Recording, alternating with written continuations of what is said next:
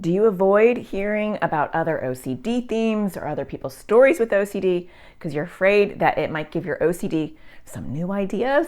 We're going to talk all about it. Stay tuned. That's what's up next.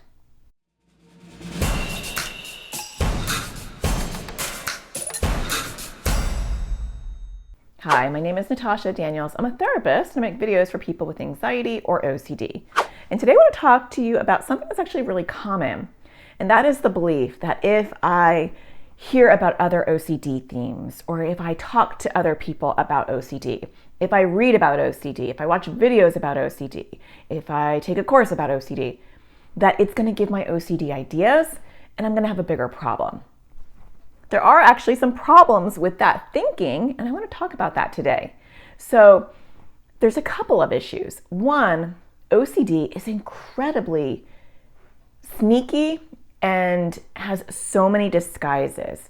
Out of all the mental health disorders out there, OCD looks the most different on each person. There are a zillion different flavors of OCD, and it can show up in radically different ways. And so you can have one thing and someone else can have another thing, and it will look absolutely different. And so if you don't know some of the ways that OCD can show up, and there are common ones. I mean, we have short names for them because we kind of put them in little boxes. But if you understand the flavors of OCD, then you will spot a new theme. My kids who have OCD have come to me and have said, "Mom, that's OCD." And I'm like, "Oh, I'm really glad you caught that," because I would not have caught it because it's first starting in your head, right? It's not really obvious to other people. But because they're educated in all the different flavors and OCD themes, they were recognizing that, even though it was completely different than the other themes that they're dealing with. And so learning how to identify and pull out those weeds when they're growing, those little baby OCD weeds are popping up.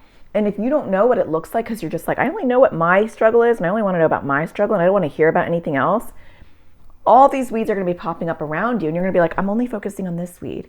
And then this weed gets smaller, and you're like, oh, I'm doing great.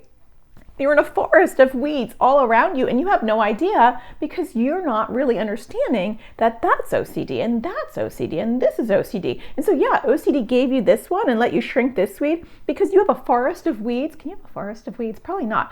But you have all these weeds around you that have been growing and growing and developing deep roots because you're having tunnel vision and you only want to know about your OCD theme. Guess what? OCD is whack-a-mole. It changes its themes over time. It gets sticky onto new things. So if you don't know what to look for, you're going to miss out on the small weeds. And have you ever tried to pull out a weed that had deep, deep roots? Maybe not, but it's hard. First, it's hard to yank it out of the ground. Secondly, when you do yank it out of the ground, a lot of times those deep roots are still stuck in the dirt and they grow back. When they're baby weeds, it's really easy because they're little baby weeds. They don't have like deep roots. So you can pull them out really easily and they're done because the roots are not in that soil. So that's the first thing, is really important.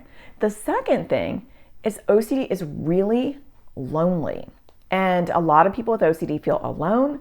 They feel embarrassed. They feel shame. They feel like they're crazy. They feel like they need to keep this secret. And a big part of the reason is because they don't realize that their intrusive thoughts and their compulsions are really common, and that a lot of other people have them, and that it is not some strange, bizarre thought that only they are dealing with. It's a super common OCD theme. A lot of OCD themes are embarrassing or uncomfortable, and you're not alone. But you won't know that if you don't understand OCD themes and if you don't allow yourself to listen to other people's stories.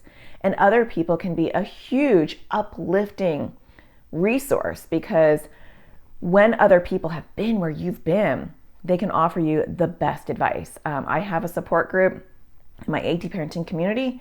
It's for parents, but the kids and teens can join once a month, and they're amazing. And they help each other, they support each other, they give really good advice, and they all have very different flavors of OCD. And a lot of them have the same ones because OCD has a lot of its favorite playlists, and it will just play those over and over for different people. And so I'll often say in the support group, how many people have had that before? And like more than half the screen raises their hand. It's on Zoom, so it's on the screen. So are you missing out on those support groups, or you're missing out on maybe watching a documentary or a movie or a video about other people talking about their OCD?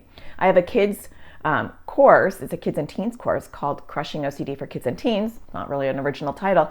And there are 12 kids that talk about their experiences with OCD and the different flavors of OCD. It's really educational, but also normalizing to say, I guess I'm not alone. I can't believe that that's someone else who has that issue.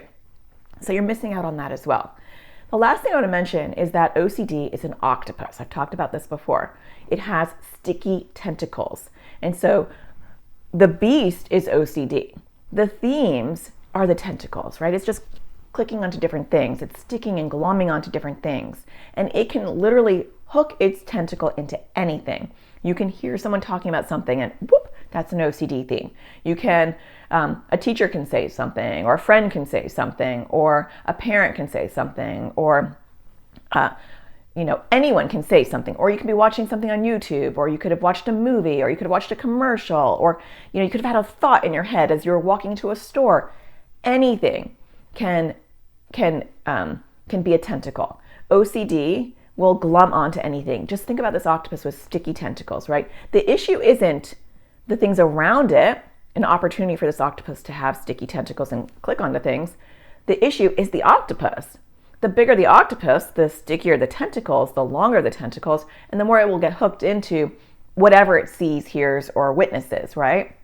So it's not about, listening to someone's OCD story or about educating yourself on OCD themes. It's about the octopus. And the focus needs to be, how do I shrink this octopus? Because if the octopus is this big, it doesn't have very strong tentacles. It really doesn't have the reach to hook into things that it's seeing, observing, or listening to, because it's this tiny. So the goal is, I'm going to shrink OCD. I'm going to crush OCD. I'm going to make it smaller so that it isn't as sticky, and so it doesn't stick onto things.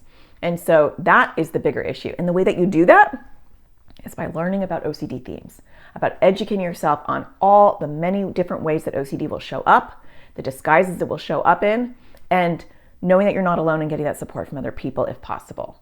I do that. That's part of the work that I do. I have the Crushing OCD course for kids and teens that helps normalize it. I also have a parent group called the AT Parenting Community, which you can find at atparentingcommunity.com. And parents join, and then kids and teens can join the support group calls that I have once a month. So lots of places that you can get that support to support you. So check out those resources, and don't be afraid of sticky tentacles, because the issue isn't about what you're going to hear. The issue is the octopus. Well, I hope that you find the sparkle in everything you do, and I'll talk to you again next Thursday. Take care.